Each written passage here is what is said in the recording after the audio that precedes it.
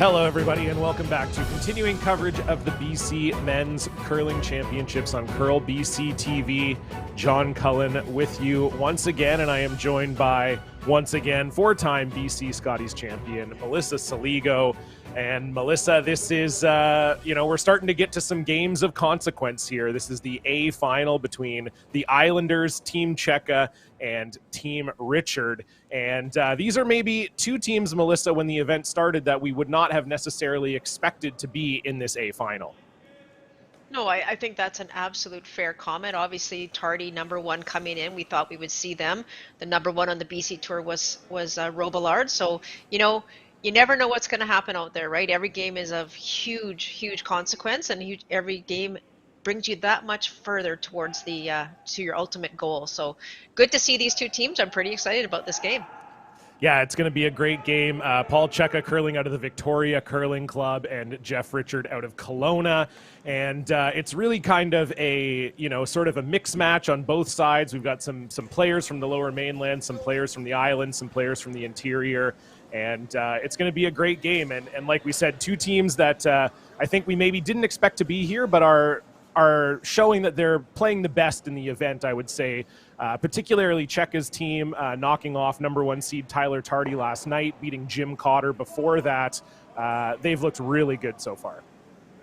They really have. They're playing extremely solid, and they've had their ups and downs throughout this season, but you can see that they're on that path going up the plane, and that's the one that you want to do when you're getting to this point. You want to peak at the right time during this week. It's a long week, even though it's a triple knockout, it's still a long week, and it's all about trying to click as fast as you can as a team.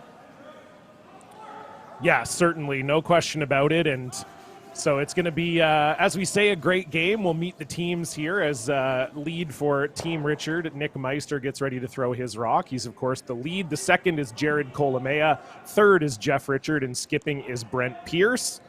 And over on the other side, we have the Islanders skipped by Paul Cseke, although Jay Wakefield holds the broom. Paul Cseke throws fourth. Ryan Cassidy throwing lead. Jay Wakefield throwing second, and Corey Chester throwing third.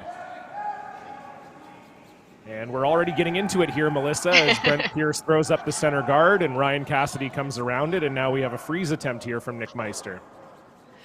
No time like the present, eh, John? Let's get her going. Absolutely. This is what we've been asking for all week. That's right. That's right. Now we're going to have to be on our toes.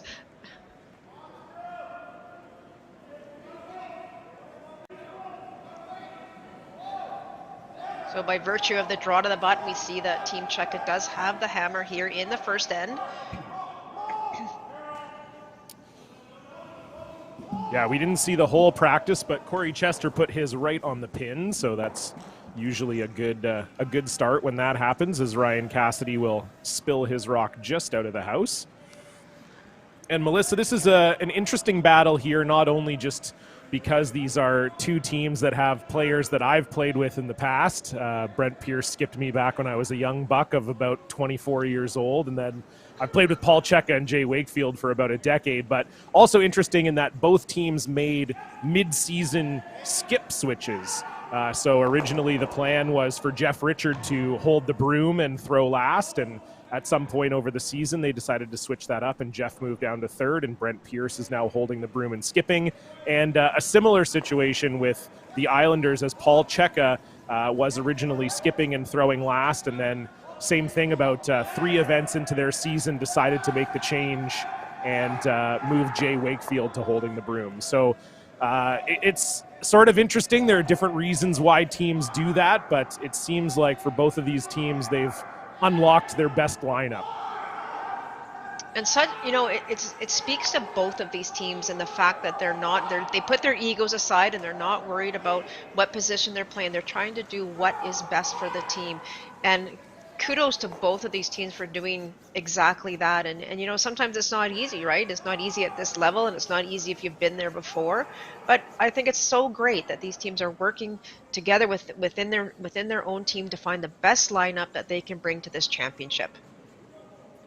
Yeah, no question. And I know Brent, obviously a world champion third, and has been skipping in the BC game for a long time since then. So a lot of experience. And for Paul and Jay, I was talking with Jay today, and He basically said it was, in some ways, just a reversion back to what was comfortable for Paul.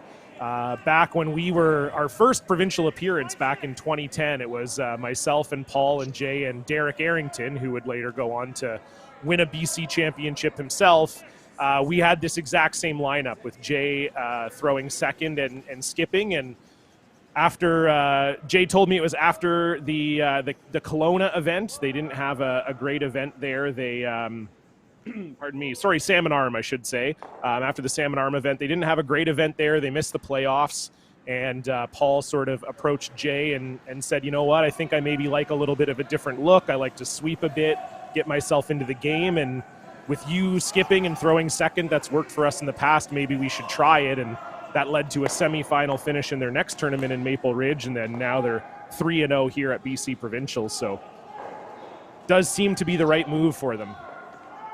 And that is so fantastic. That is what it's about. I love how you put that, John. This is a team sport, and that's what it's about. It's putting those egos aside, like I said, and trying to find the best lineup, the best makeup for every single team.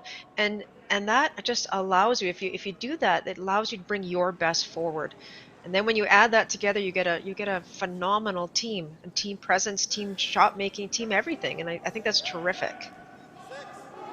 Yeah, absolutely. I mean, obviously, I played with Paul and Jay for a really long time, and when you talk about two guys with no ego, those are definitely two guys at the top of the list. Not afraid either guy to do what's best for the team, as Corey Chester makes a nice hit and roll there, although it might have rolled just a smidge too far, as we see there.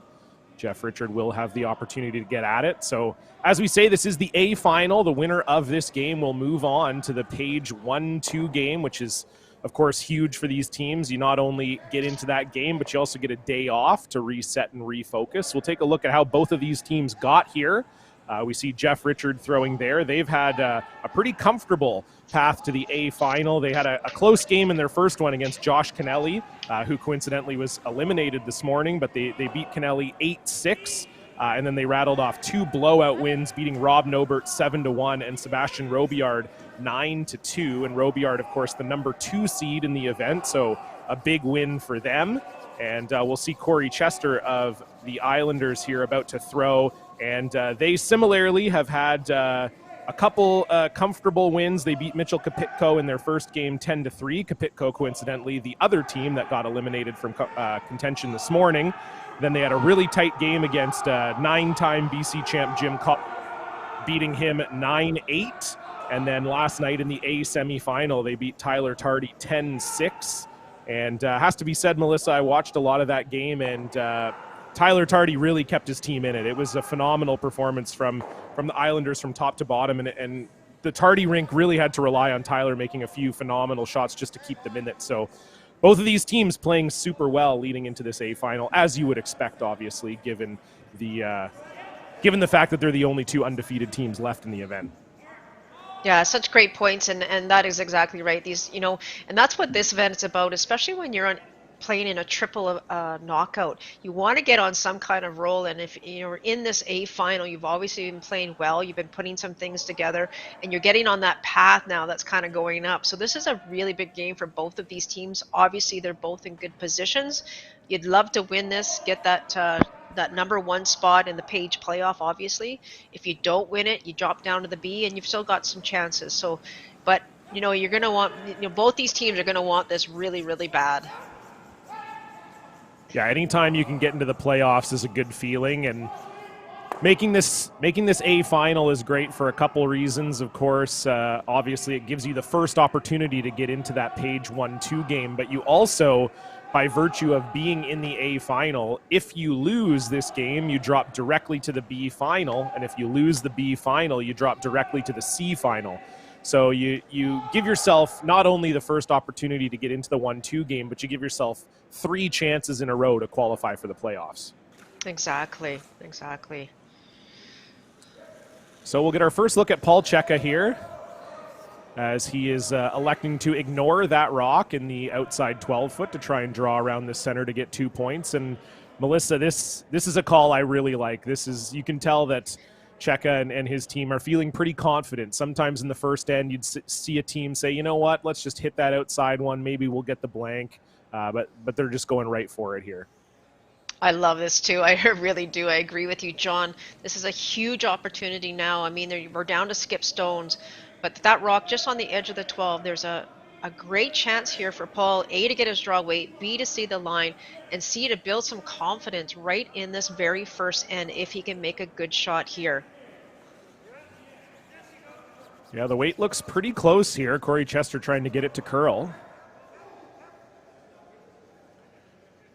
And it's going to slide a little deep, but it will get buried. I think, too, Melissa, this is also part of what we're seeing now that these teams have played 3 games each, right? You know, we talked in the past couple of days, you know, there is always a bit of a feeling out process, especially at a provincial championship. You know, you want to make sure you give yourself some time to get used to the ice and used to the competition. But now both of these teams, they're on their 3rd day, they're on their 4th game. You feel pretty confident in the ice at this point. Is that fair to say? That is so fair to say. And, you know, the ice has been very consistent. It's been running about 15, maybe 15 and a quarter, sometimes 15 and a half hog to hog. And both teams having the opportunity to have 2 practices actually on Monday night, and again, the pre-competition practice on Tuesday morning.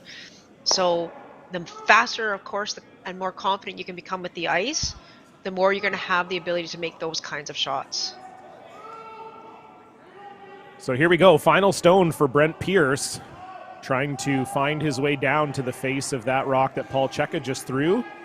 Nick Meister feeling like he maybe had to make it curl, but in the end, very nice shot from Brent Pierce, and this will be a likely force as Paul will try to follow him down and score his one. So a bit of a risk taken by Paul Cseke, and it didn't pay off as he slides a little deep, and Brent makes a very nice freeze. Yeah, what a great shot by Brent Pierce. No mistake made there. And so for Paul Cseke, it's about just the communication with his front end, or his sweepers, I should say, and just making sure that he throws the exact same shot he just did. Let the brushers do the work and try and put it right on the face to get his single. So here we go. Final stone in the first. Looking to avoid the steal. Paul Cseke will need to find a piece of the pin.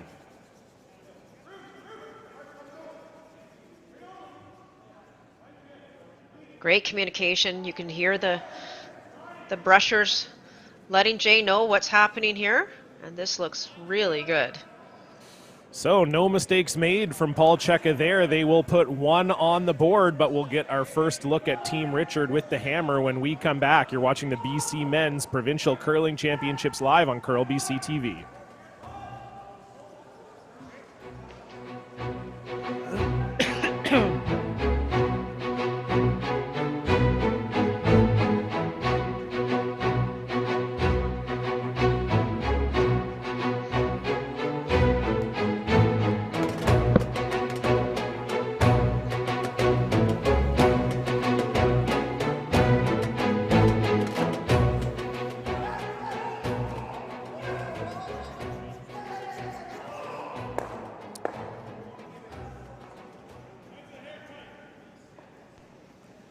Hello, everybody, and welcome back. You're watching continuing coverage of the BC Men's Provincial Championship. This is the A final between the Islanders, Team Cseke, and Team Jeff Richard. John Cullen alongside Melissa Saligo, and Melissa, looks like we're going to have more rocks in play this end, which we can only be thrilled about. Oh, I know I am, and I know you are, John. This is fantastic. I love the fact that both these teams, and that's what happens, right? This is, I believe, their 3rd or 4th game, 4th game. 4th and for so, each of the teams. Yeah. So you gain some confidence along the way. You get to know the ice conditions a little bit better. You kind of get a feel for each other, and you're able to now take a few more risks, take a few more chances. Not that we've seen those big ones yet, but I think it's really important to play how you're used to playing and not really waste, I'm going to use the word waste, any time just heading up and down the ice. Yeah, absolutely. And Brent Pierce throws a corner guard, and of course, Brent, no stranger to having rocks in play himself. He loves to mix it up, as we say.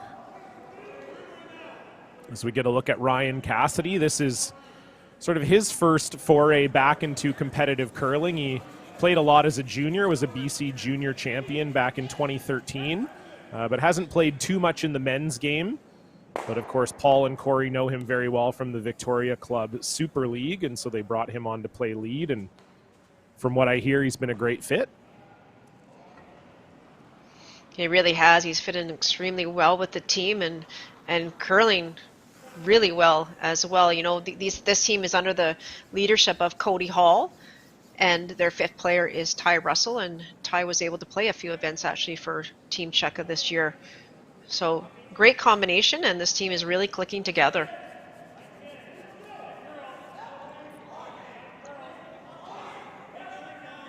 Over on the other side, and we see Nick Meister making that throw. Of course, these three, Jeff Richard, Jared Kolomea, and Nick Meister, playing the past couple of years with Sean Giel, and this year Sean decided that he wanted to play a little bit less of a schedule and wanted to switch things up a bit, and so he decided to leave the team, and so they brought on Brent. And obviously Brent and Jeff have some familiarity with each other. They used to play with Kevin Rexsiedler and Grant DeZura back in the day, losing a BC final. And so obviously Brent and Jeff have that familiarity, and Brent was all too happy to get the call. So he's long been a mainstay on the BC curling scene.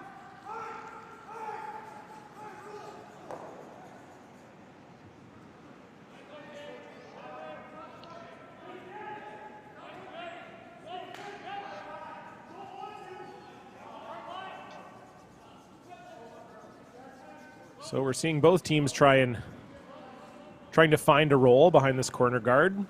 So we get a look at Jared Kolomea. Of course, originally from Manitoba, but moved out to BC after meeting Samantha Fisher, and the two of them have since gotten married, and he relocated to Kamloops. So this is a home provincial for him.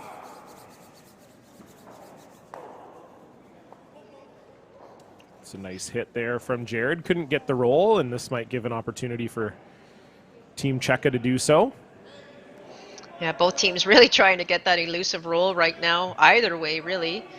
I mean, Team Cseke obviously would like to roll behind that center guard, and Brent Pierce and his team trying to roll away and set up their deuce that way with Hammer here in the second.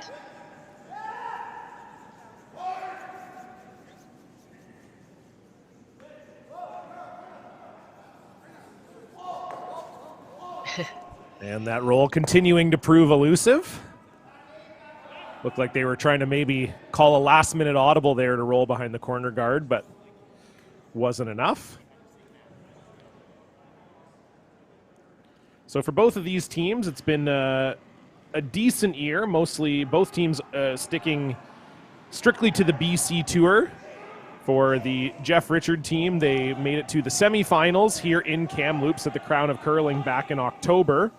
And then they failed to qualify in the Kelowna Cash, and then they lost the semifinal to Jim Cotter in Salmon Arm. So only playing 3 events this year. The Islanders a little bit busier as they played 5 events this season.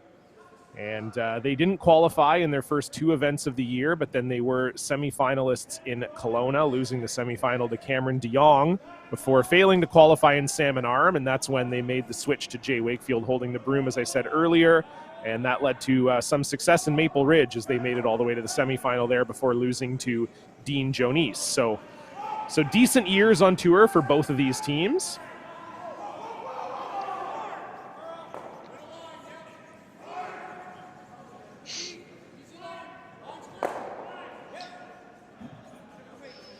So Corey Chester obviously would love to have stopped that rock behind the hit and roll behind that center guard, but I think the important thing too is that they've now at least given Jeff Richard a different look at it. I think rolling it anywhere is a bit of a win there, away from that corner guard specifically.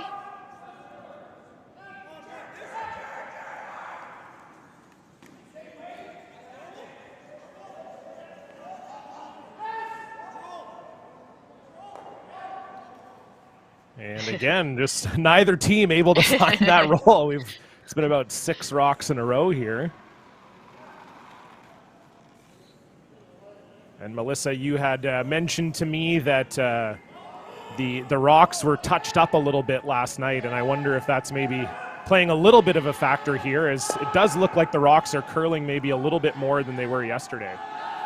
Yeah, I think so, and I think the idea behind that obviously is we've compressed this competition down, and I think the ice makers were thinking that this would be the last opportunity they had to ensure that the rocks last right into the end of the weekend, because there's 3 draws a day from now until Sunday afternoon.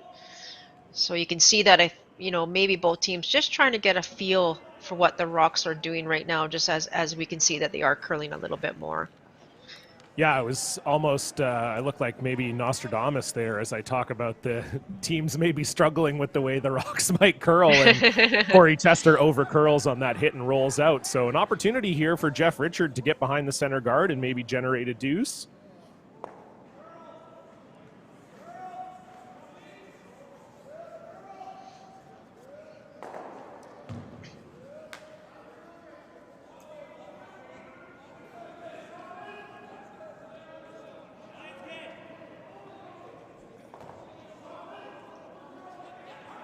You can see the nice gradual break point, and then it just kind of goes at the end there, the last maybe 10 feet. You can see John. Yeah, So that one great looked like read it on that. ticked to me, maybe. I don't know, but certainly curled a ton at the end there. Looked like it was going to bury and then just went sideways.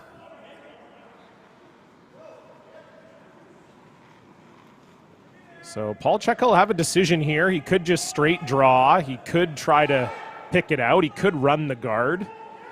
What do you like here, Melissa?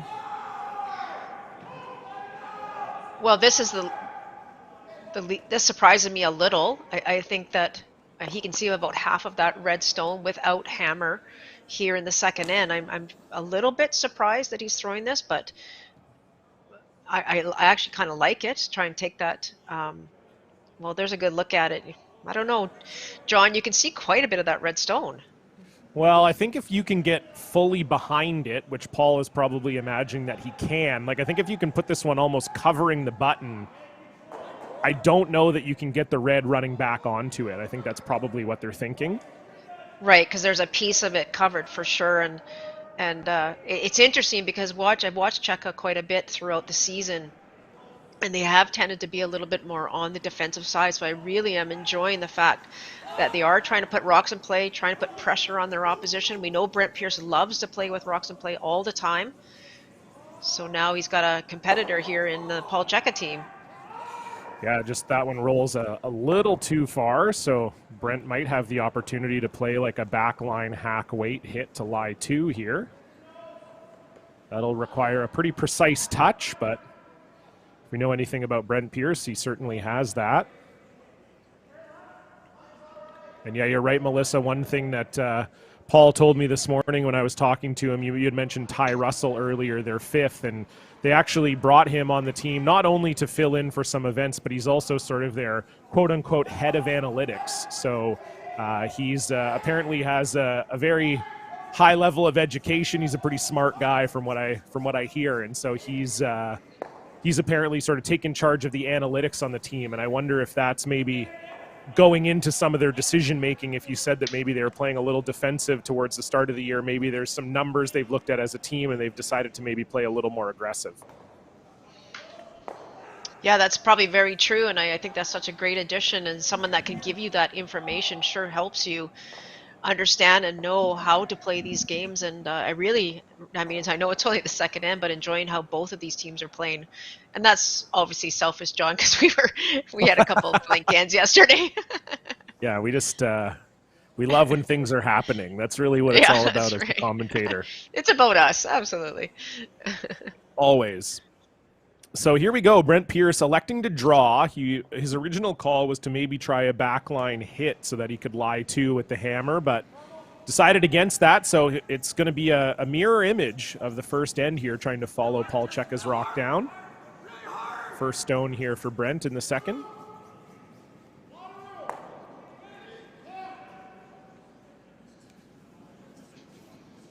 You can see the front end there of Team Richard or Team Pierce. 2 very, very good brushers.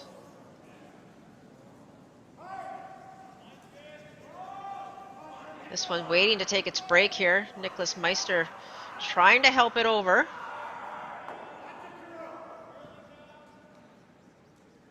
And it won't quite get there. It's tough to tell from the overhead, but looks like blue to me.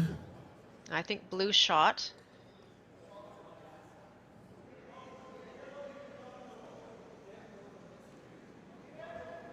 Looks like blue's touching the Scotties logo. Yeah, exactly. That's what I was using, but then you're hoping that the Scotties logo was put in there perfectly so that we don't look foolish. Good point.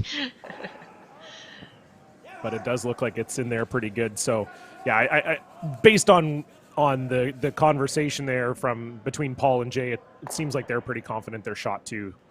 So it looks like they're just trying like an in-house guard here, Melissa. Is that right? Just like a top 12, top 8 type shot? That's right. And the most important thing here, John, is that they get it a piece tucked under. And what I mean by that is they don't want it to be fully exposed so that Brent has a shot on it for 2.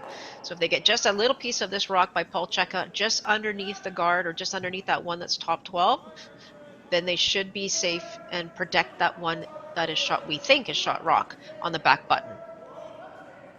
You can hear Corey Chester saying about top 4. I think that's what he said. Yeah, they'd like it a little higher than that. And if it does come in, you've got to be sure that you don't line it up. You got to get to the inside of that red stone if you can. That's in a pretty good spot there. I would agree. As long as they didn't tick it in for shot rock, which I don't think they did.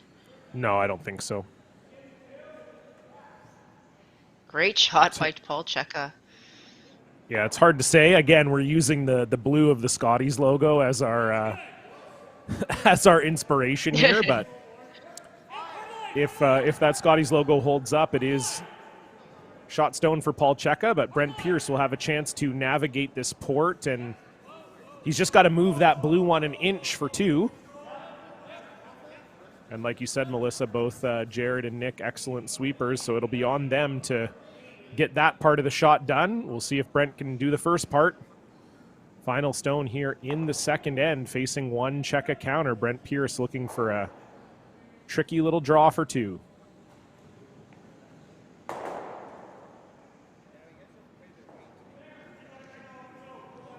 We talk about it so often, John. This is all about the communication. This looks like it's curling. It does. You can tell by Brent there. I think it took off a lot Can they get it by that top earlier. one? They cannot. So we'll take a look here and see if the Scotties logo is true. I guess it is. So that's a big steal of 1 for the Islanders in the second end. They'll take a 2-0 lead into the third, but Team Pierce will have the hammer when we come back. You're watching the BC Men's Provincial Curling Championships.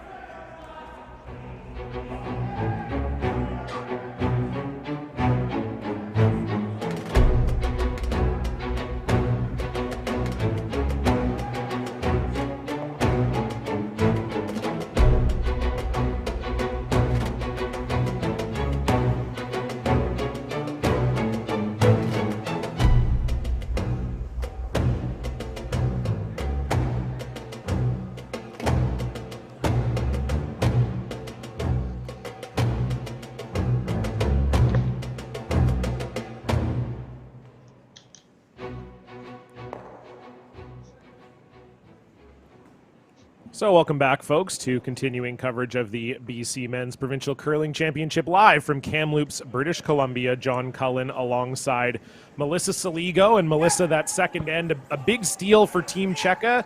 Had to be a little patient as they couldn't quite find that roll behind the guard, but Paul makes a pair of nice draws to ensure their steal. He really does, and he made 2 great draws, as you say, John. And, you know, Brent had a few looks at different things, and we were, you know, it's the first one he made really, really well. They kind of had to wait for it to curl, so it came up a little bit light. And then on the second one, once it hits that curl, especially now that we know that there's a little more curl in the ice, which just with the rocks, the way they're reacting, you have to get out to that broom and kind of hold it out there as long as possible before you let it make its break. And unfortunately for Brent on that last one, just got the curl a little early.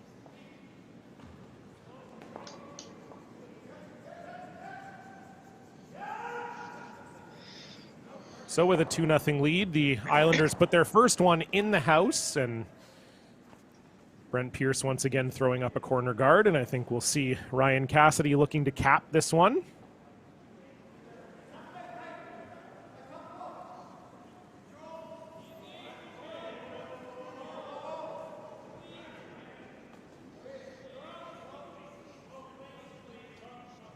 This looks a little heavy, perhaps.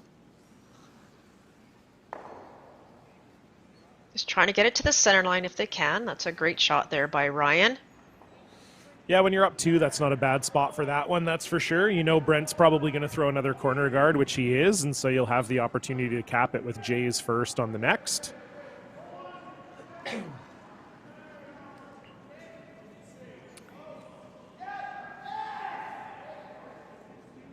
Of course, we want to thank our sponsors as well for this Provincial Curling Championship. We have quite a few provincial sponsors to thank who are supporting both the BC men's and the BC Scotties.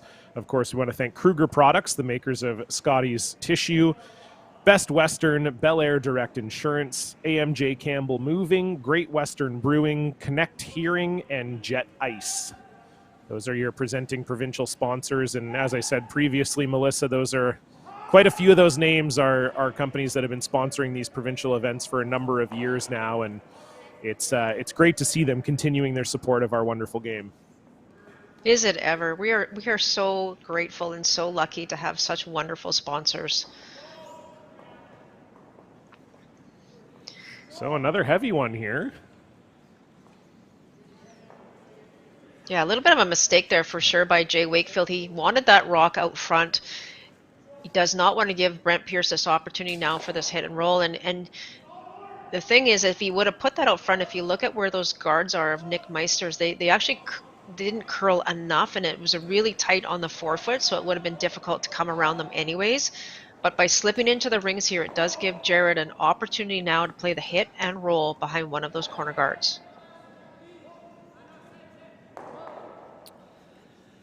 And Jared won't quite make the roll, but he will make a double, so the house looking a lot better for Team Pierce now than it was.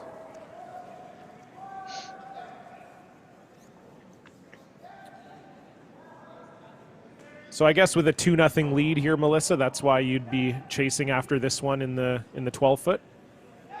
I think so. There's really no point or no reason at this moment for Team Cseke to have to put another point on the board right now. I mean, if the situation was different and that rock wasn't there, of course they're going to throw up the cap, or they may even peel, to be honest. But the thing is you know, you're up 2 points. You don't want to really leave any unnecessary rocks in the house if you don't have to.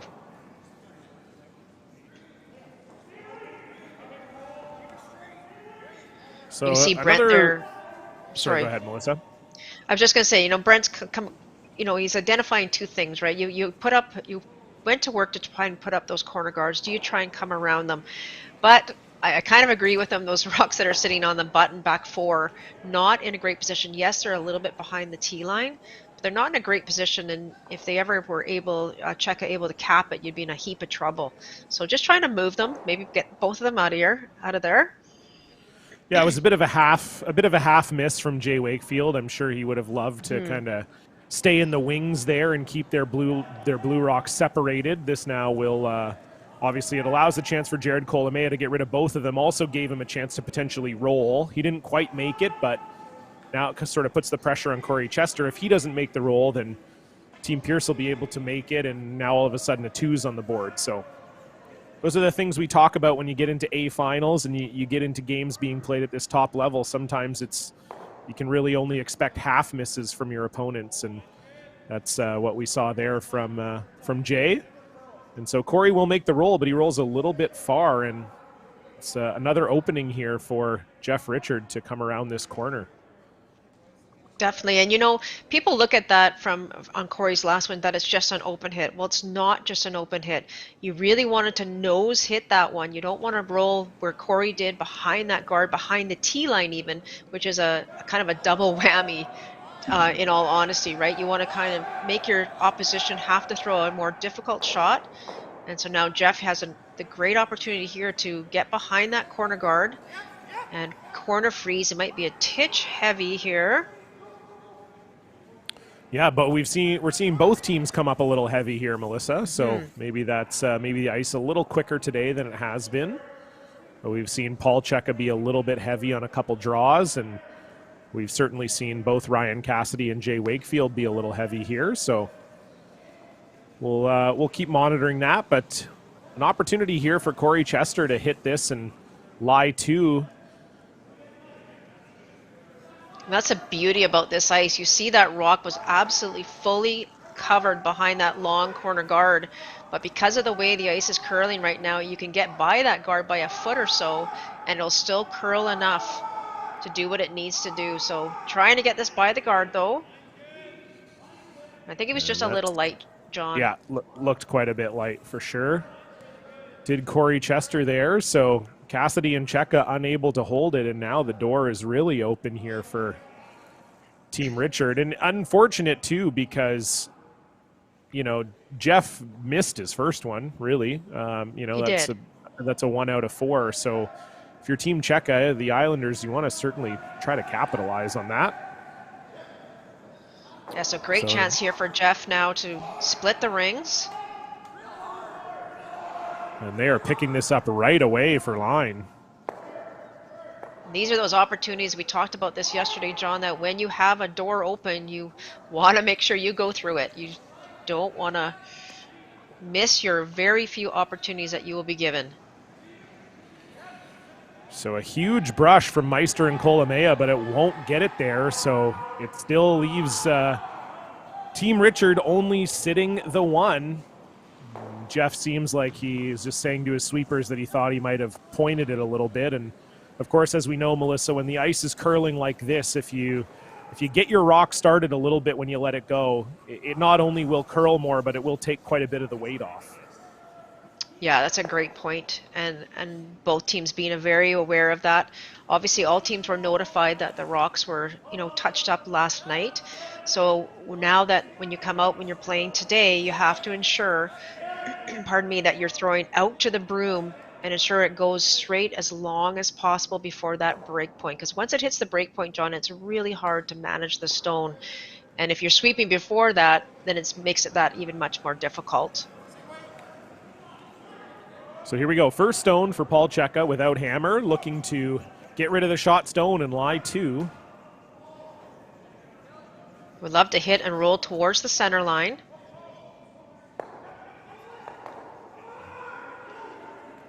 And they will. Nice shot from Paul Cseke as those 2 rocks are almost perfectly flat. I think the double will be here for Brent, though. I think he doesn't even have to get that blue one out, just needs to move it 3 feet or so. Yeah, I think for Paul, they were looking definitely to roll another foot or so. Even if it rolled behind the T line, that was fine. But they wanted to prevent giving Brent Pierce this opportunity for the double now.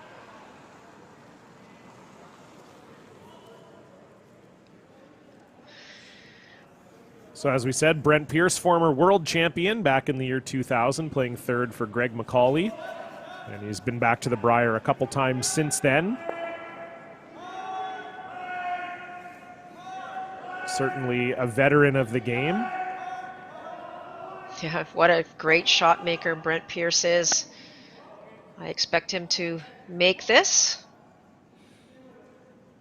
And if he does, they will be lying 2 with the hammer. So here we go. First stone for Brent Pierce in the 3rd.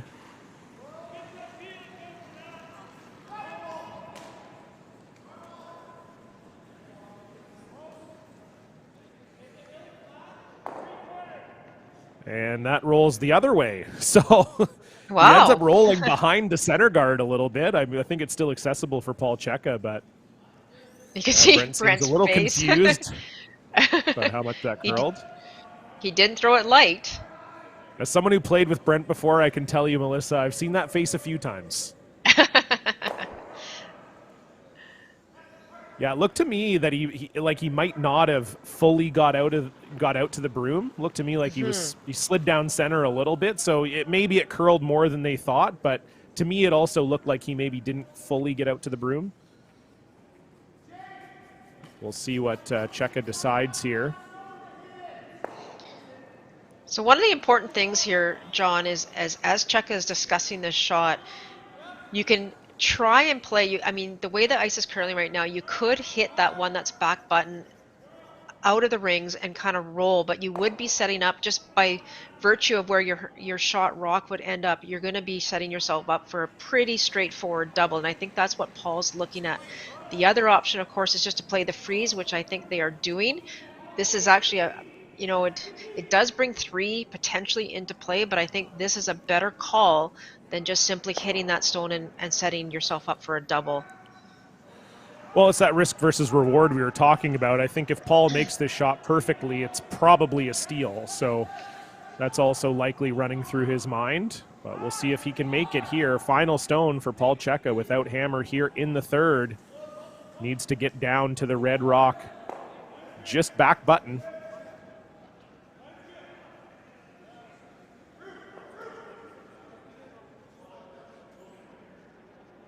This looks a little heavy. It does. Got Certainly a lot don't of curling to do. Past this one, yeah.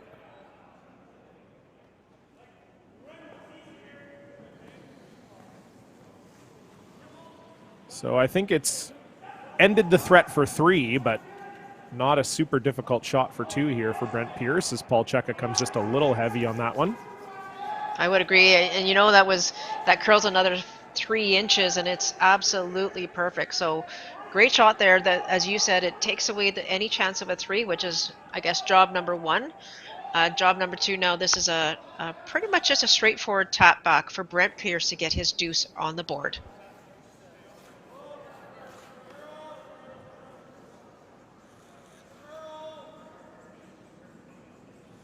Probably throwing out, what do you think, John, about maybe hack weight with the ice that he's given himself there? That's my guess, yep.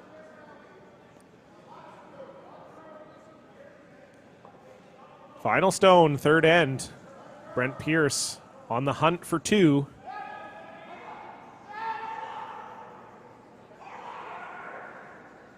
And Looks Nick like Meister on this right away. Will this get by the center guard? He was really soft, I think. Weight is good. It'll get by the center guard. Will they make it? Will it hang around?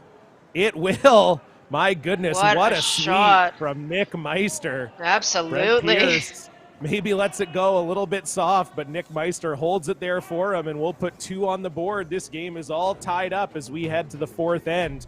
The Islanders will have the hammer when we come back. You're watching the BC Men's Provincial Curling Championships.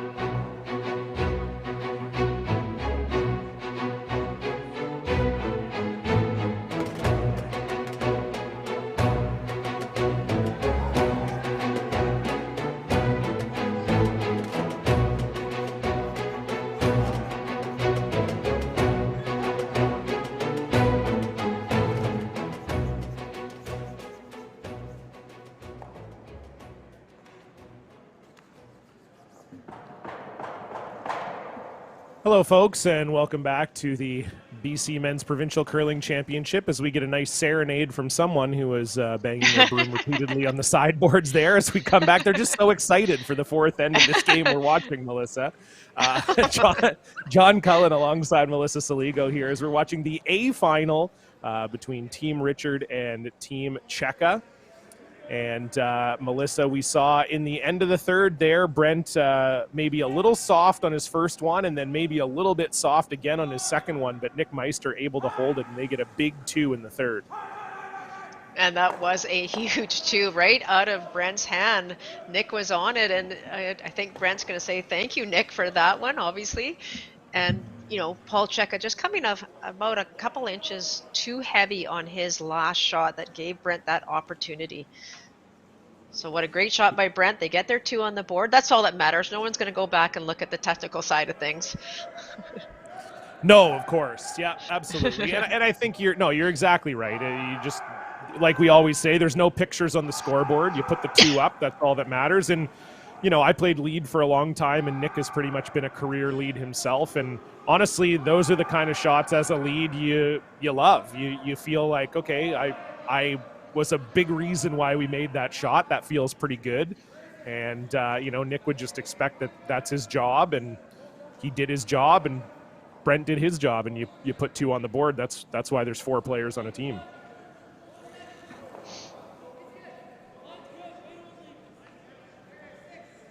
So as you can hear, we do have some other games going on around the Kamloops Curling Club right now. It's all men's action out on the ice at the moment, and we'll try and do our best to keep you as updated as we can. Right now, it's a back and forth affair between Robillard and Jim Cotter. Jim Cotter's leading that one 3-2. And De Jong and Tyler Tardy are tied up at 2 in their game. Those are both in the B event. And in the C event, we've got Neil Dangerfield out to an early 1-0 lead over Dean Jonice. And Sean Giel is tied with Rob Nobert 2-2. So we've got 5 men's games happening right now. And every team that's left in the men's tournament is out there on the ice at the moment. So we'll do our best to keep you as updated as we can.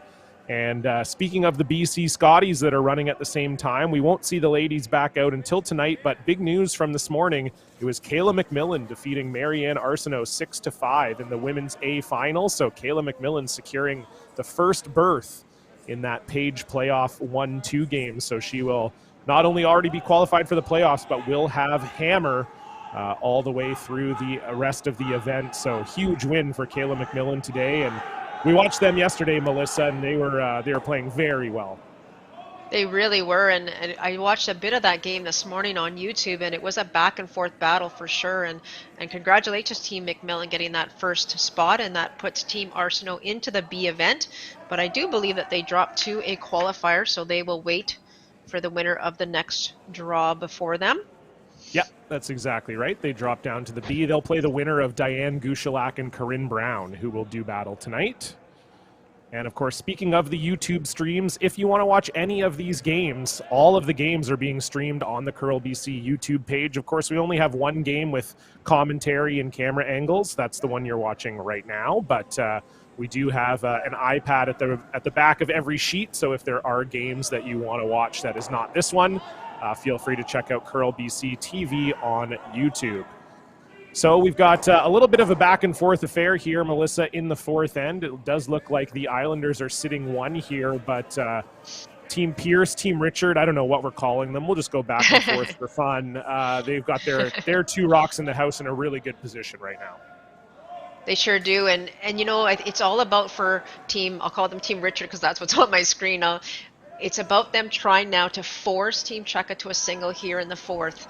They didn't start with Hammer, and they managed to get their, tie the game at 2 in the last end. And now if they can ever force, they could potentially get that Hammer and try and get a deuce and change the complexity of the line score. So that's what they're up to now. Even though they're not line shot, they're okay with that. They're going to continue to put up that center guard for another rock or 2.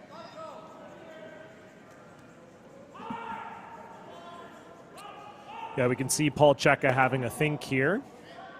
And they're just going to delay the end by a rock here and peel that center guard. And of course, as we've said throughout the event, until the weekend, we won't have any of the players mic'd. So that's why you're hearing a little bit more of me and Melissa than you'd probably like to.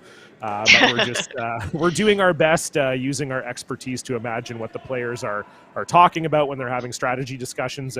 And when we go live on cbcsports.ca and Czech TV this weekend, the players will be mic'd up. So we'll have an opportunity to hear all the things they're talking about throughout the playoffs here at the Curl BC Championships.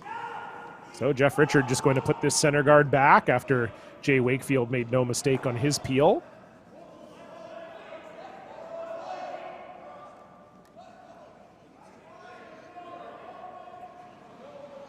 Jared and Nick trying to get this one as far as they can here, but it is coming up a little later, I think, than Brent wanted, but it is still a center guard. And they are still going to peel it, so. Is there ever a scenario where you'd think about coming in the house here if you're Team Cseke, Melissa? I think if that rock was maybe a foot over to our right as we look at it right now, they may have considered it being that high because they are line shot rock in behind. So they actually could have come to the around the other way maybe and tried to get to the 4 foot that way.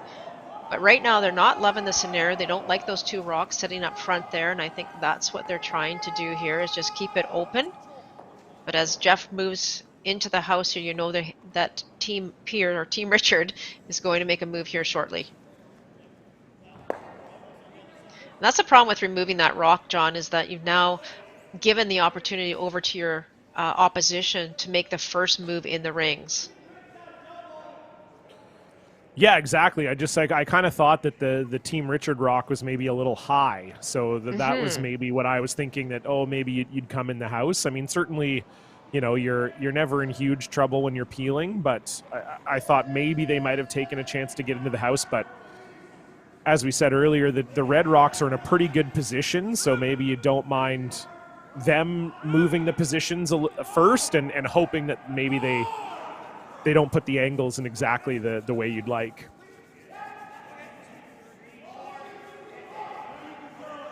So Jeff Richard just trying to tap this red one onto the blue shot stone. And he'll come just a little bit short, but it is Jeff Richard sitting second, third, and fourth shot without hammer. That blue is starting to feel a little bit lonely in there. I would agree. I'd be a little concerned, I think, if I was Team Cseke right now.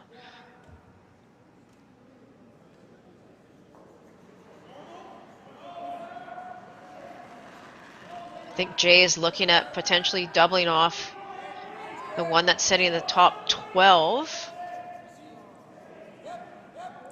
I think what they would like to do, though, John, is really ensure that they keep another bluestone in the rings here. So they want to keep Corey Shooter somewhere in the rings.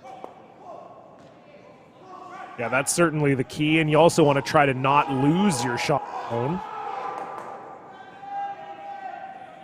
And that is pretty good from Corey Chester. They managed to save their shot stone and roll that blue one over into a pretty nice spot. That is a really great shot by Corey.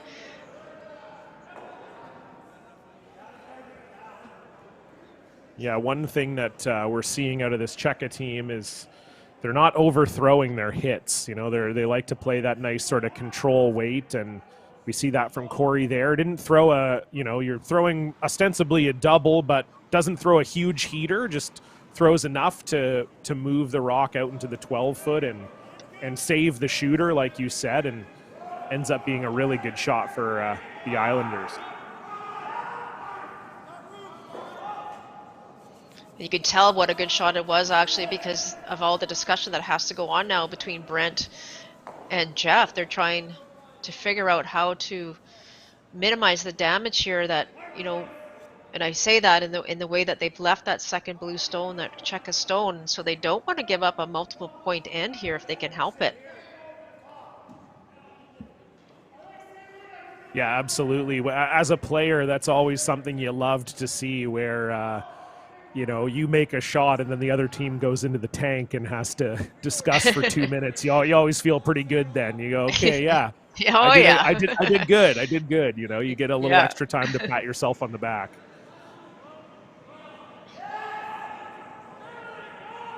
They're really discussing this, Melissa. What do you think the options are that they're looking at? Earlier I saw Jeff maybe indicate that you'd try and hit off that top blue and roll towards your own red.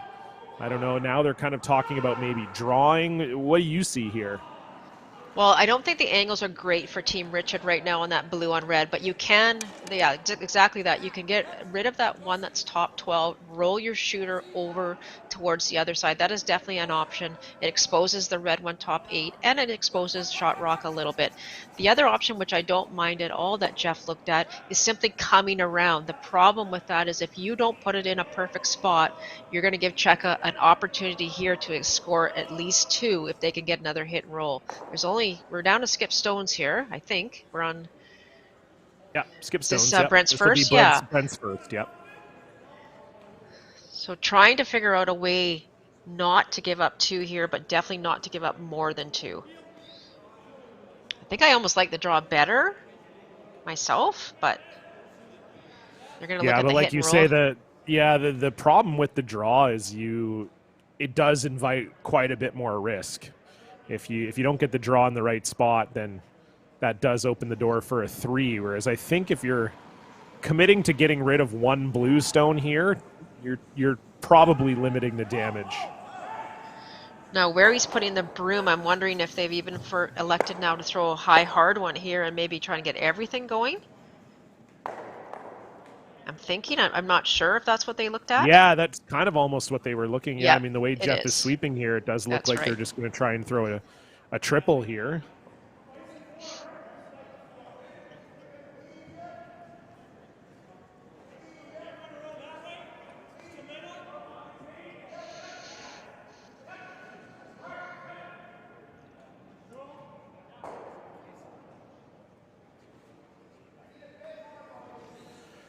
So here we go. First stone for Brent Pierce. It was a lengthy discussion, and now they're trying the triple.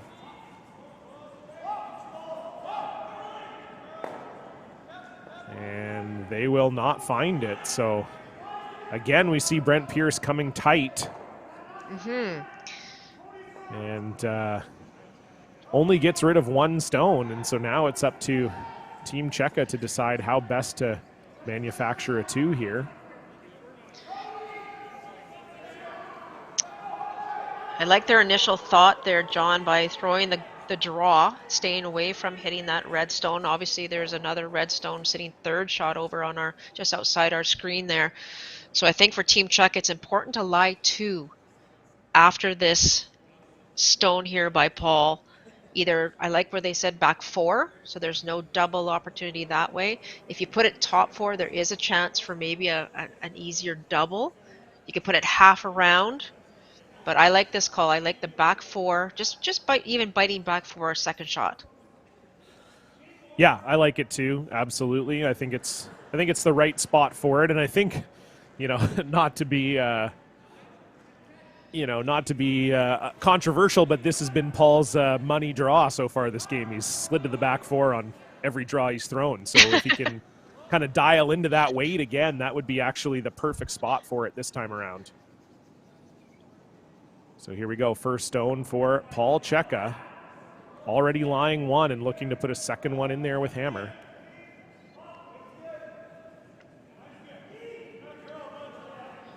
Great communication there between Corey and Ryan and letting Jay know in the rings what the weight is. This has to be there, though. This looks like it's coming up late. Yeah, coming up quite short here. They want to at least make sure this gets on the rings. Wow. And it won't. So big miss there from Paul Cseke, and that's just maybe a case, Melissa, they haven't played that path. They haven't really played that outside in yet. I think that's a great point. Now they're going to be in tough to get their 1. Yeah, I mean, I saw Corey right off the get-go as soon as the rock was let go that he said the weight's close, and they didn't really pound it till about, a quarter of the way down at least.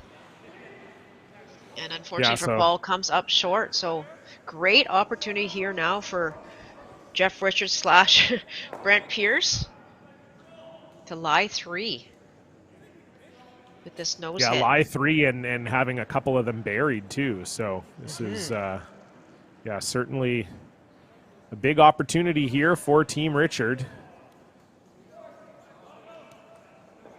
Get a good look at it there. Just going to try and get inside that red one and spill both of them behind those center guards. So here we go. Final stone for Brent Pierce here in the 4th.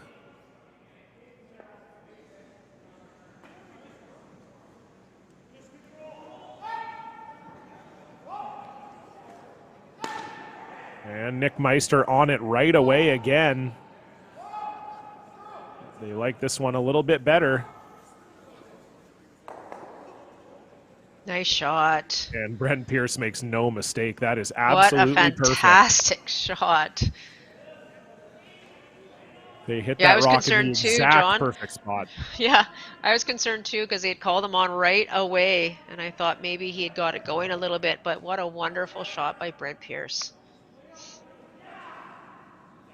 So you can see there, Paul... Sorry, go ahead. I was just going to say, can Paul see enough and find a way to double those two reds, at least move them far back enough that he can sit right there for shot stone? I think there might be room to have I another look think at it. so. That was my initial thought is that there is enough room there. I mean, the top red is edge on edge. The key here is just saving the shooter. It's right. deciding what weight to throw in order to make sure that you save the shooter. The one nice thing for Paul here is that even if he just goes nose, he's only giving up a steal of 1. So that's the one positive here is that the miss here doesn't give up a steal of multiple. So correct. I like this call, and it is there for sure for 1. And I like his weight choice here. I'm assuming that he's just throwing a nice control weight, not throwing it, overly hard, because he does need to retain the shooter in play. And like you say, a nose hit, that's totally fine. Give up a steal of 1. So here we go. Final stone. Paul Cseke facing 3. Needs to make a double and stick. We lost the camera here, and he makes it. Will it stick around? It what will. A shot! Fantastic shot from Paul Cseke. We saw the end of it, but it was that's all that matters. Yeah. And the smile on Paul's face tells it all. Great shot from Brent Pierce, but a great response from Paul Cseke, and they will steal 1 they'll get 1 moving into the 5th. But Team Richard will have the hammer when we come back. You're watching the BC Men's Provincial Championship live on Curl BC TV.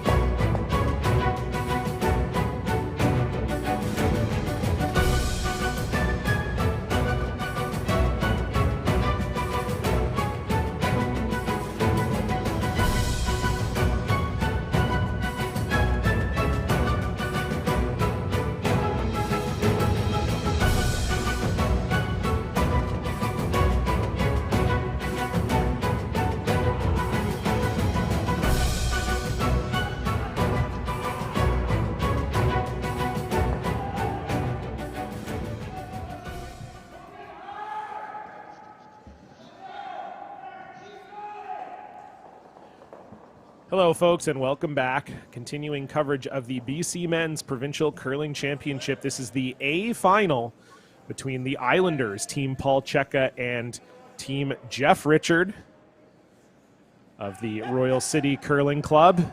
And Melissa, that was retreated to some really nice shots from both skips there at the conclusion of the 4th end. Oh, it's just been fantastic. That shot of Brent Pierce, they were on and off it the whole way, perfectly called by Jeff. And, it looked really, really difficult. They were line 3, and it looked very difficult for Paul Cseke to be able to get his single, but it just hung on. He got the double and just hung on his shooter, 4 shot stone. So 2 great shots by the skips.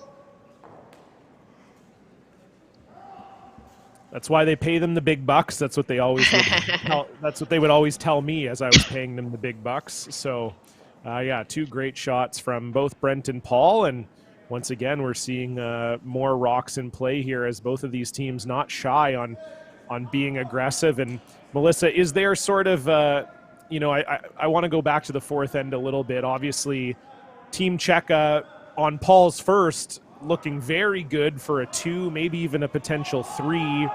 Paul misses his shot. Do you still get to keep a little bit of the momentum given that Paul makes his last one that's a really difficult shot, or are you still maybe ruining a bit of a missed opportunity there? In all honesty, I think, if I was coaching a team, like especially a younger team that happened to, that last shot of Paul's would eliminate anything that just happened on his first one. I know it was an unfortunate miss, and it came up about 7-8 feet short, but by him making that second one, it really rallies the team again, and it didn't, obviously the miss didn't get them down, and they found a way to make it even better on the second one. So really important team shot on that last one, and I think that's what the team itself needs to look at. Same with Brent Pierce's team too. Like, they're really putting their rocks in good position. This is such a good battle back and forth here.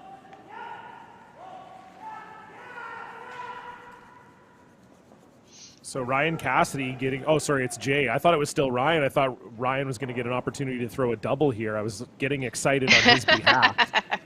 But it is Jay Wakefield, the second with his first, looking to just get rid of both of these red ones since they're in such a good position.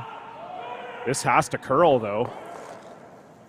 And it won't curl enough, so that one Jeff Richard rock will stay in the house, and another half shot from Jay Wakefield will open the gates here for a potential setup for 2 for Team Richard.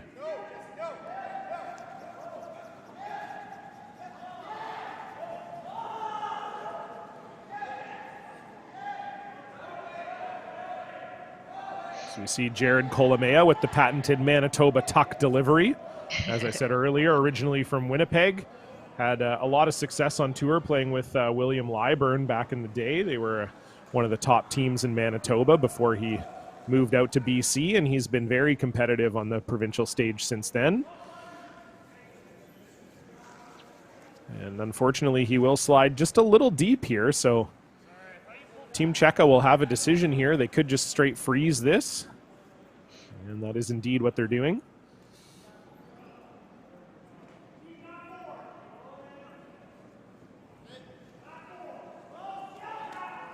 Yeah, that rock's fully buried, but it did slip, as you say, behind the button. So pretty good opportunity here now for Jay. If he could ever lock this one on, it'll take a couple shots, I think, for Team Richard to get rid of it.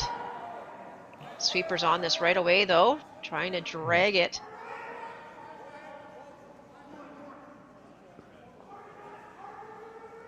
Looks a little light.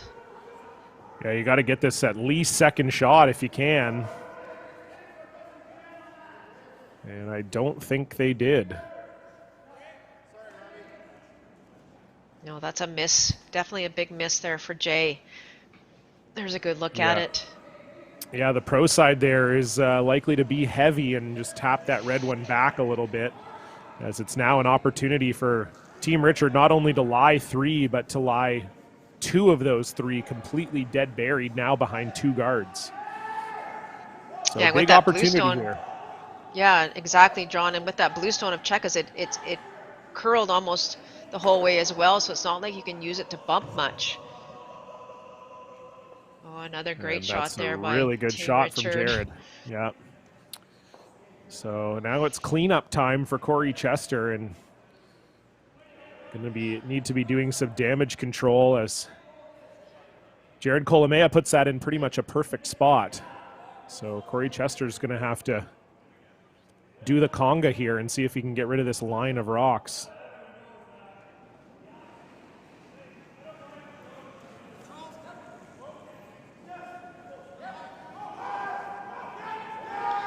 I love you're on off it. Oh. Just missing those 2, but missed it. A little bit of a blessing getting that red one in the back 12. So very close from Corey Chester. An excellent try. I thought some of the veins in his forearms were going to pop out when he started screaming there. So I'm just glad he's still fully healthy after that one. So now it's interesting decisions here for Brent Pierce, Melissa, because you could theoretically guard those ones. Those 2 are in an awesome spot, but without hammer, the tendency is to not want to guard, so they're electing to draw the open side here. Do you like this call? Well, I do. They do have hammer, right? They do have hammer here in this end, so this is an opportunity for them to almost guarantee a deuce here unless, you know, Corey makes a straight run back double or something. So they're trying to get this one far away from that play and force Cseke just to have to stay over in the middle, make some shots over there. They want to get this at least T-line, though. Don't want to set up any hit and roll or hit or double. So yeah, coming up a little short there, and we've seen that a few times now as teams are playing the new paths. It seems like the rocks are coming up a little short. We haven't really seen sort of an inside-out one yet, Melissa, aside from corner guards. So I wonder if that played a bit of a factor there. Yeah, I would agree. You know, again, both teams, we have to, you know, this is what your front end is for. They need to look at all the paths, every rock that's being thrown, try and gather up as much information as possible. So Corey now is playing the double, I think. The hit and roll or the Yes. double. Yeah, ideally you'd make the double here if you can. How about Or that? that. That works. That works real well. Yeah, that's a pretty excellent plan B for Corey Chester. As that one rolls right onto the button on top of that red one, and He's like, oh, I looks. planned that, right? Yeah, of course. Yeah. Yeah. I mean, honestly, sometimes, Melissa, we talk about plan Bs, and it really feels like, wow, we got super lucky. What an incredible thing that just happened. We got so lucky there. That one wasn't really one of those. I mean, Corey was trying for the double. He got very close to making the double, ended up making that one. That's a true sort of tolerance plan B and not a, whoa, we screwed up and made our plan B here. Well, if you saw Brent, you got to ask Brent that question. Well, in Brent's mind, there's no such thing other than a plan A. So that's something you have to take into consideration too. But Jeff Richard will come a little short here, and so it is Paul Cseke lying shot rock without hammer, although second, third, and fourth shot do belong to Team Richard. Yeah, it's decision time here now for Team Cseke. You would hate to leave all those red stones around, but you're just looking at Jay touching those rocks. Not a lot of great options for doubles, that's for sure. You definitely don't want to set your opposition up for a double by leaving your shooter here in the wrong place. I mean, you could guard, but you really hate to guard with second, third, and fourth shot hanging out. Yeah, if you ever miss the guard, and then even if you do make the guard, Brent might have a shot on that one just in the top 12, or sorry, top 8 there to kind of run it back and lie 4. I like so this I think ball. I do. I think you need to get rid of one and try and roll towards the center and try and get another blue stone, in a relatively good position near the center line.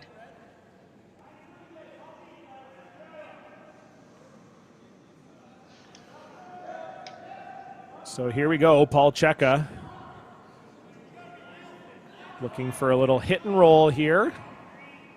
Lying the shot stone without the hammer in the 5th of this A final. I think you need a big roll here, don't you, John?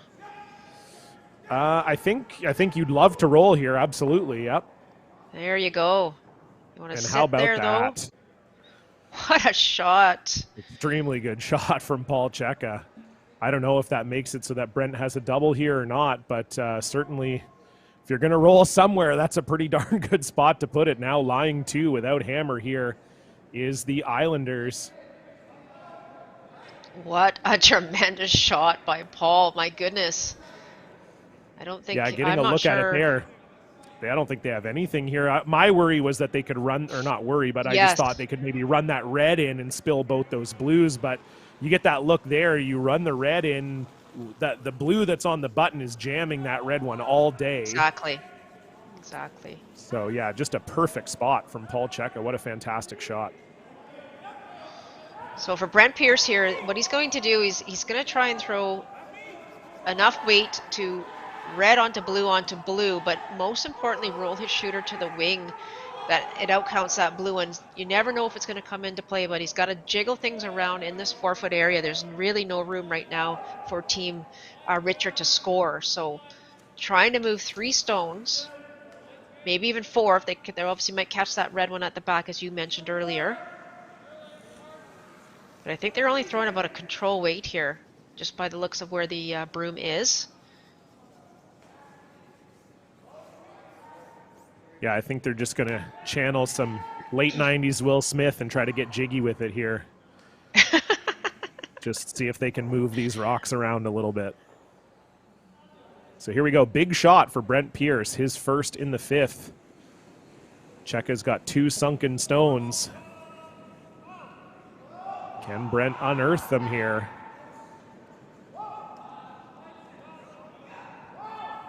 Nothing from the sweepers so far. And that's a pretty good shot. I think so too. I think that's a really good shot. Brent doesn't like it, but they are still 2nd, 3rd, and 4th. It's a very lonely bluestone, although it is frozen to that one at the back. Now it's decision time here for Paul. Do you ever come down and freeze onto your own blue? Or, as Jay's indicating, the hit and roll over? And I think I like that better. Yeah, I Except it's think hard. Sorry, Melissa. I think the one issue you have if you freeze the blue, is there an opportunity for Brent to slam the red in and get rid of both blues that way? Like the red That's what that's I in the think. forefoot. And then That's what Brent I would think too. potentially score 2, yeah. So I don't mind the hit, because even if you nose here, yeah, Brent's going to get 1, but he's probably only getting 1. So, Exactly. and if Brent wants to chase the double, I mean, he can all he wants. But yeah, I think this is the right call. And especially if you ever missed the freeze, my goodness, you're in big trouble. So I think Yeah, I like I this think too. this is the I call. like this. And you just threw it. You just threw on this side of the ice. Just threw on this side of the ice, and you just threw this weight as well if you're Paul Cseke, so you feel good about it. So we're getting a nice serenade from Sebastian Robillard on the sheet next door there.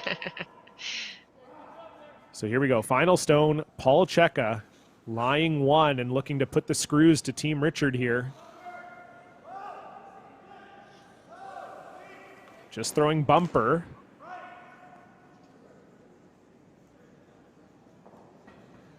Trying to get this to curl.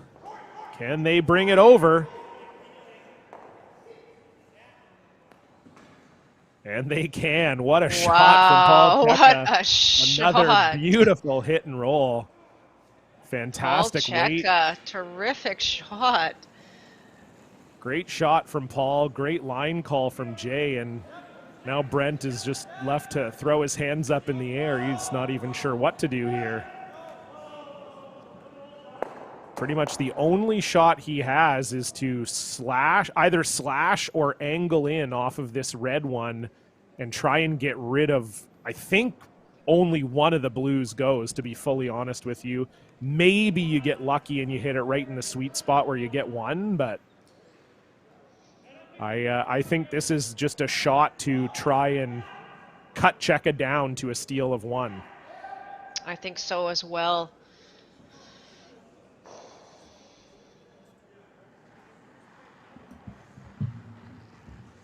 So just 2 phenomenal shots from Paul Cseke, setting up this end for his team. They were looking in trouble for a time, and now all the trouble squarely in the court of Brent Pierce, as he has to make an extremely difficult shot just to limit the damage. Final stone here in the 5th.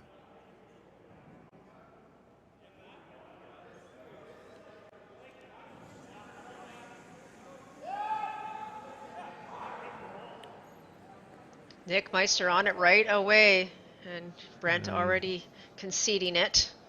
Yeah, just didn't quite get out to the broom there, and so put both of those Paul Cseke stones up on the board. A massive steal of 2 heading into the 5th end break. The Islanders will take a 5-2 lead, and we're going to take a short 2.5-minute break, and then we'll be back.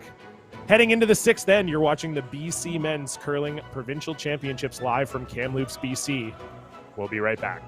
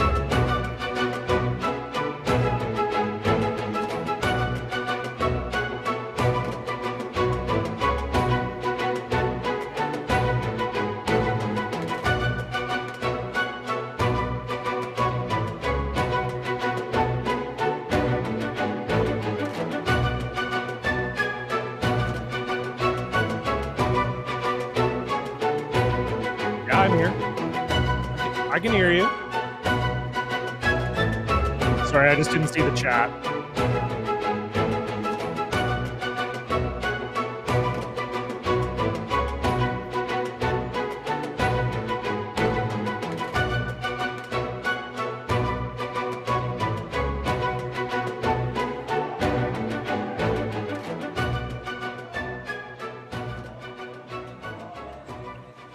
Hello, everybody. Welcome back to the fifth end break here of this A final. John Cullen alongside Melissa Saligo. And Melissa, pretty much the dream for the Islanders there in the fifth end, picking up a steal of 2 right before you head into the fifth end break. What do you think that does for a team for the rest of the game? Oh, that was unbelievable. Paul Cseke making 2 absolutely perfect shots, and that has got to put you on the motivation train. It's going to give you lots of energy and excitement and motivation going into the last half of the game. And Team Richard has been fighting the whole way. They played really, really well for the majority of this game, but just a couple of misses there from Brent Pierce himself, and it's put them behind the 8 ball a little bit. So they're going to be looking to put a lot of rocks in play and come out probably a little aggressive here in the 6th as they want to climb back into this game.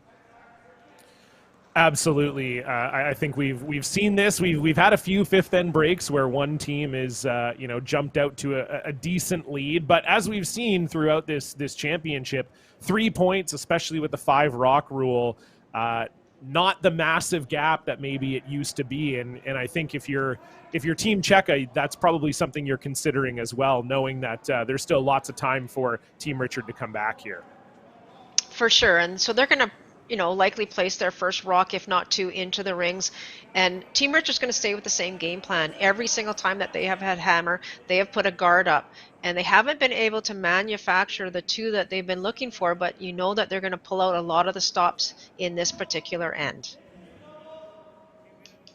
So here we go. We're back with sixth end action live from the Kamloops Curling Club here in Kamloops, British Columbia. It is the men's A final between Team Jeff Richard and the Islanders team Paul Cseke. And we're at the fifth end break for all of the games out here. So I'll update you on how all of those are going. As we said earlier, only men's games on the sheets with us right now. It is Neil Dangerfield pulling 2 back on Dean Jonis in the fifth end, so they're tied 3-3. Jonis will have the hammer after the break. Sebastian Robillard, we talked about hearing him screaming very loud at the end of the fifth end, but that was surprisingly a positive scream as they put 2 points on the board, and they now lead Jim Cotter 4-3. Tyler Tardy picking up a big 2 in their fifth end. They now lead Cameron DeYoung 4-3, but DeYoung will have the hammer in the 6th. And it's all one-way traffic in one of the C quarterfinals as Rob Nobert is up 8-2 on Sean Giel as he is on a steal train right now, stealing 1 in the 4th and then 2 in the 5th. So that could be heading towards an exchange of gratitude, but we'll keep you updated as much as we can. And of course, if you want to watch any of those games, they're available here on Curl BC TV for you. There's no commentary, there's no alternate camera angles, but they are on our YouTube page, so feel free to click around. Maybe have a few windows open. Maybe you can be one of those sickos that watches a few games at a time. That's how I like to consume my curling. So maybe you do too. Take a look and you can ice hop, as it were, and see what's going on all around these BC men's championships as we return to our feature game here with Team Cseke 5-2 leaders over Team Richard, but of course Team Richard having the hammer. And as you predicted, Melissa, pretty nice start to the end for Team Cseke, getting that first rock in the house and then being able to put that guard up there. And that's what you rely on. You rely on your lead to put that rock top 4, specifically top 4, because you don't want to be deep for obvious reasons, and you don't want to be top 8 either, because then it's hard to throw that center guard on your second one. So great job by Ryan Cassidy with his rock placement. And John, I just wanted to point out in the chat, I don't know if you saw it or not, but your shirt is very bland today. We're really missing your shirt from yesterday. I know. That's what I saw Darlene saying that. Thank you, Darlene. I can't wear the shirt every draw, so You could. I guess I could, but I tried to class it up today. I actually, I shaved, I put some product in my hair. It's the A final, Melissa. We got to be ready for this kind of thing. No, that is fair for sure. Thank you for cutting to me, Mike. I appreciate that. Yeah, you can see I put a little of the product in my hair, and I've got I'm going with a muted black. You know, it's like I'm trying to be You serious said you here as shaved? much as I can. Well, yeah, Did my you really neck. My shave? neck. Yeah, I shave Oh, my okay. neck. Trim the Okay. beard, shave the neck. That's how you got to do it these days. You've probably never seen me without a beard, Melissa. So I don't think so. I don't think so. That's all I'll say. I don't think all so. right, yeah, exactly. And that's a great shot from Jared Colomea as he continues to have a fantastic game. It was just a slight mistake from Jay Wakefield. He came just a little heavy and chiseled off that blue one in the house, and that allows Jared to freeze on top of it. Very nice shot, but it is still Team Czeke line 2 without hammer here. And Team Czeke has one pretty much end objective, and that is to try and force Team Richard to take a single here in the 6th end. And that's why you see they're not worried about hitting anything right now. They're trying to play a corner freeze onto that stone, that great stone thrown by Jared, and just lock it right on. They don't want to hit and roll off, just right onto the face and put a lot of pressure back on Team Richard. And that is a terrific shot by Jay Wakefield. So just like that, the way you were describing it? Absolutely. Yeah. Okay.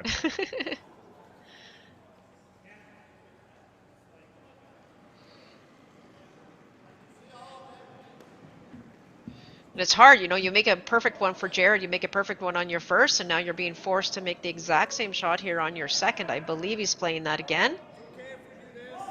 Yeah, he's got to just try to come right on top of those. But this one's not curling as much. No, certainly not. It looks like it just had wow. a little bit more weight and just never really caught the curl. And that rolls to a great position if you're Team Czeke. Not so great if you're Team Richard, as now it's Team Czeke lying 2, and they are about to be buried behind a whole lot of rocks.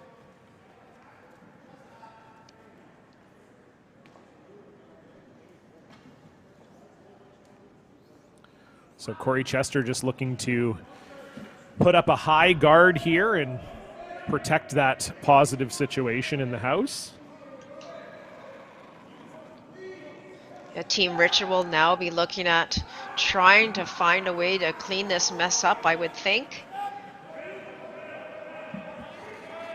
They're trying to corner freeze this one. Corey gave them a little bit more weight than they wanted to.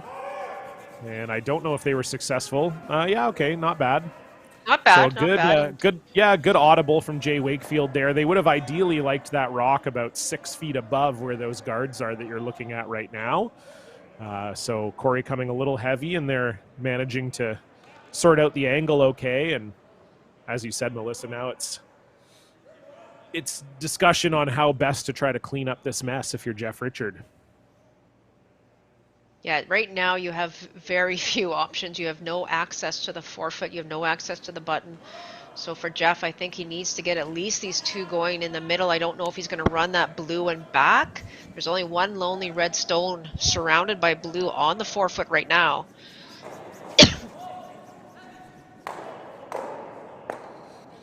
And that's a pretty darn good shot from Jeff Richard. What a shot by Jeff.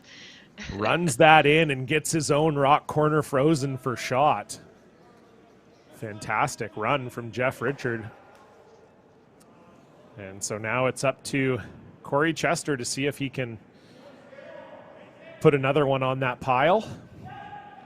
And having a look at that, John, if you see the angle, so the tolerance here for Corey is to be on the lighter side for sure. If he happens to freeze to it and he's not shot, that's okay.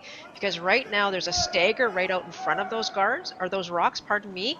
So it's going to take a couple of stones, I would think, for Team Richard to clean this up again, even though they are shot rock right now. So placement here is very, very important. Don't want to leave any kind of... I'd say that's pretty darn good. Yeah, couldn't walk it down there any better. Very nice shot from Corey Chester. Yeah. So that red starting to look pretty lonely, even though it isn't a good spot corner frozen. It's lonely, and it's that stagger out front as well, as I mentioned. Yeah. So I think Brent needs to clean something up here. Yeah, the question is what? You're running out of time a little bit here if you're Team Richard. Only 3 rocks to go, and One nice thing about commentating Brent Pierce games is you can usually tell exactly how he's feeling at any given time of any game he's playing in, and the look on his face suggests he is not super thrilled with this situation. Interesting call here by Brent, actually. He's calling it top 12, top 8. Once we get a chance to look at the rings here, we'll have a look. That almost seems like it's a call to just try to protect their one and not give up a steal of a bundle here. I think that's exactly what he's doing, and the good news for Team Richard right now is they do have some redstones on the right-hand side of the sheet as we see them. So there is that possibility, if given the opportunity, that they can angle raise that in, obviously to the button. That's never easy. But that is still there on the right-hand side of the sheet. There's really nothing now that Cseke can do on the right-hand side of the sheet. I mean, they can throw one guard up, but not sure what it's going to do. You can see how they're having to look at all the different kinds of angles here. If you're Paul, do you ever consider trying to come in now and make that angle tap on your blue and get rid of that red? In all honesty, I don't see why not. I mean, you don't have to if the scoreboard says you don't need to. If you're forcing here, your end objective is to force your opposition to one. They're in a great position right now to do that. If you wanted to ever be a little bit more aggressive, you could come down, try and move that blue stone onto the red and just push it sideways. But the way it's set up right now, it's going to be extremely difficult for Team Richard to get a second point in there. I'd be very happy with the situation the way it is. I would almost throw a guard somewhere on the right-hand side of the sheet, really, because that's all I think that Team Richard has is some tapbacks on that side of the sheet. Do you see anything else? Well, I'm just guessing from what Paul and Jay were sort of gesturing there, but it looked to me like they were nervous that if Brent were to run this red one that's on the right side as we're looking at it, if he were to angle it in, that he could get rid of the blues. All three blues. Yes, and then perhaps lie two buried. That's my guess. I don't know for sure. I didn't see the angles perfectly, but obviously that seems to be their concern because they didn't even look at the right side of the sheet. So You're to right. me, I'm guessing that they felt like that was not only Brent's maybe easiest shot, but also the shot that might end up giving him 2 points.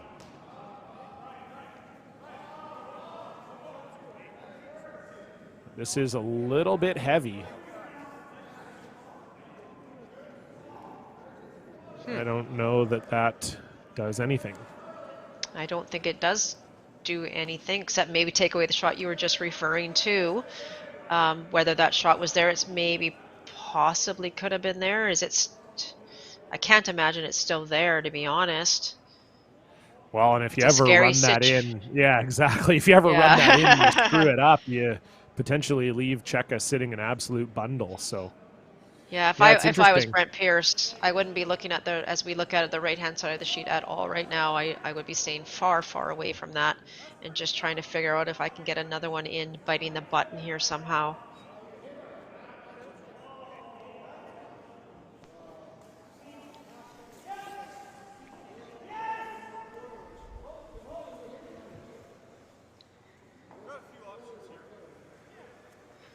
You know, you think about Team Cseke with a 3-point lead without Hammer.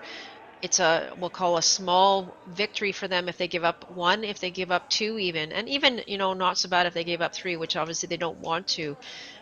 But for Team Richard, they would love to score two here. It's a you know, a single point here in the sixth end, not bad, but 2 points would be a much bigger advantage for them. I'm not sure what kind of weight they've elected to throw here. Probably maybe about back 8. T-line even. Yeah, based on the broom, I would guess they're throwing back line even. Back 8, back 12, yeah. Yeah, you do have to get this rock to move quite a bit, and you're moving it diagonally, so it's probably somewhere in there. But yeah, just trying to get a second counter in that 4-foot. And it looks pretty close. It is really close. Look at this from Brent Wow. Pierce. What a Holy shot. smokes. Phenomenal touch from Brent Pierce. And that's kind of goes back to what you were saying, Melissa. A little surprised that Team Czeke never really looked at that side of the sheet. I mean, obviously Brent made a phenomenal shot that he's not going to make every time, but yeah, now you're potentially facing giving up 3 actually if Brent's able to find a way for another one of those guards to get raised in there. Exactly. That is an absolute tremendous shot by Brent Pierce. Now, does Team Czeke have anything? I'm not.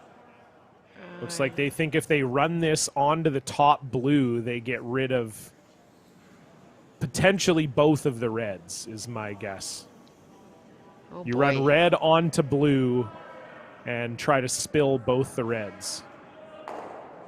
I don't know that you're necessarily getting rid of the red in the middle, but certainly you could get rid of the red on the outside. Not easy, though, that's for sure. And if you ever throw this a little bit wide, could potentially jam and leave an opportunity for 3. So big shot here for Paul Czeke. Now, you never Trying like to run this raising into your the own. pile. Raising an opposition stone is never a thing, but How look about at that? that. How about that? Wow. Holy Paul smokes. Czeke. Oh my goodness. He saw it, What he a lined it up, shot. and he threw it and made it. Terrific shot by Paul. Whew, I'm out of breath. Unbelievable. Me too. Wow. And now it's Czeke lying 3, and there's no easy route in here for Brent Pierce. My God, what a shot from Paul Czeke.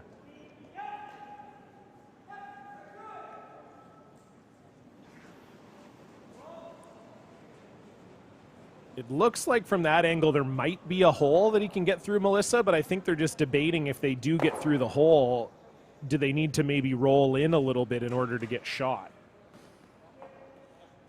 Yeah, if we get another look at it, I do think, well, I do think there is.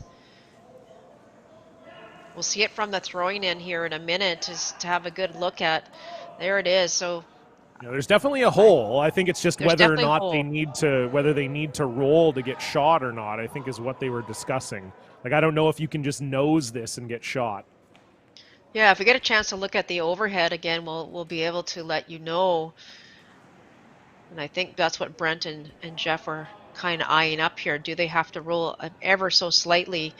It would be very close. It's close. It'd be close, yeah. I think they do need to roll a little bit based on that, but we'll see. Final stone, Brent Pierce facing 3 once again. Can he dodge a bullet here?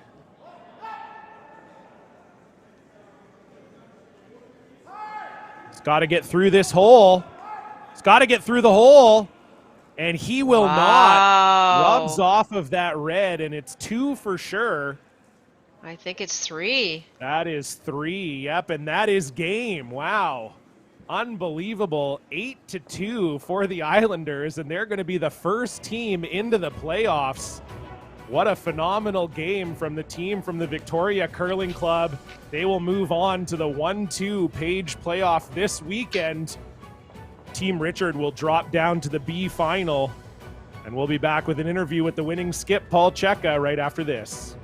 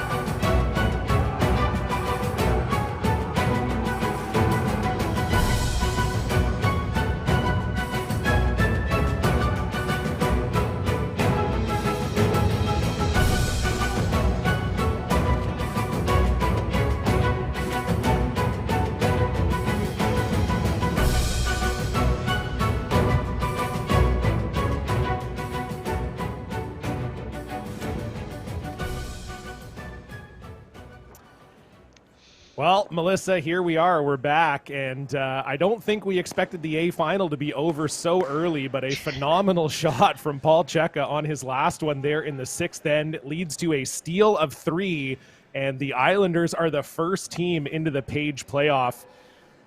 Talk to me about how good their game was, because they were really firing on all cylinders today.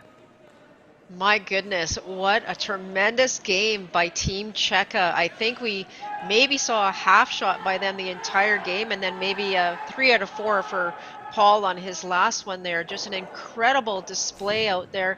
Some half shots by Brent Pierce, and usually you see that go back and forth a little bit, but Team Czech did not let down for a second, and they were all over trying to make every shot perfect, and that last one was phenomenal. Oof. Baby, my heart's still Wow. beating. I told you I was out of breath. It was just a phenomenal last shot. And I think, Melissa, you brought up Brent Pierce there, and it did feel a little bit like a battle of the skips in this one.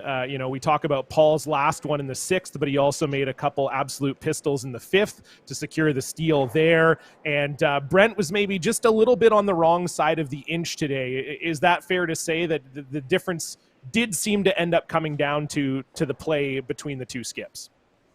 Yeah, I would agree. I mean, we knew that was going to happen from the get-go, that both teams wanted to play with rocks in play. They wanted to go after each other, especially with hammer. And it really came down to a couple of Brents just being on that wrong side of the inch, as you say. And that made the difference because Paul Czech was on the right side of the inch, and boy, did he play well.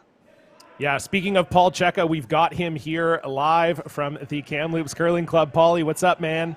Hey, good to hear your voice, John. Good to see you too, buddy. Now, talk to me about that shot in the sixth end after Brent made that beautiful sort of hack weight angle tap up to the button. Did you think there was any way that you were going to get both of them out, and not only get both of them out, but be lying 3 when it was all said and done? Well, those high hardwood ones, I've been pretty close all week, and on that last one, I could actually hit it in a few different spots, and so I just threw it really hard and hope for the best.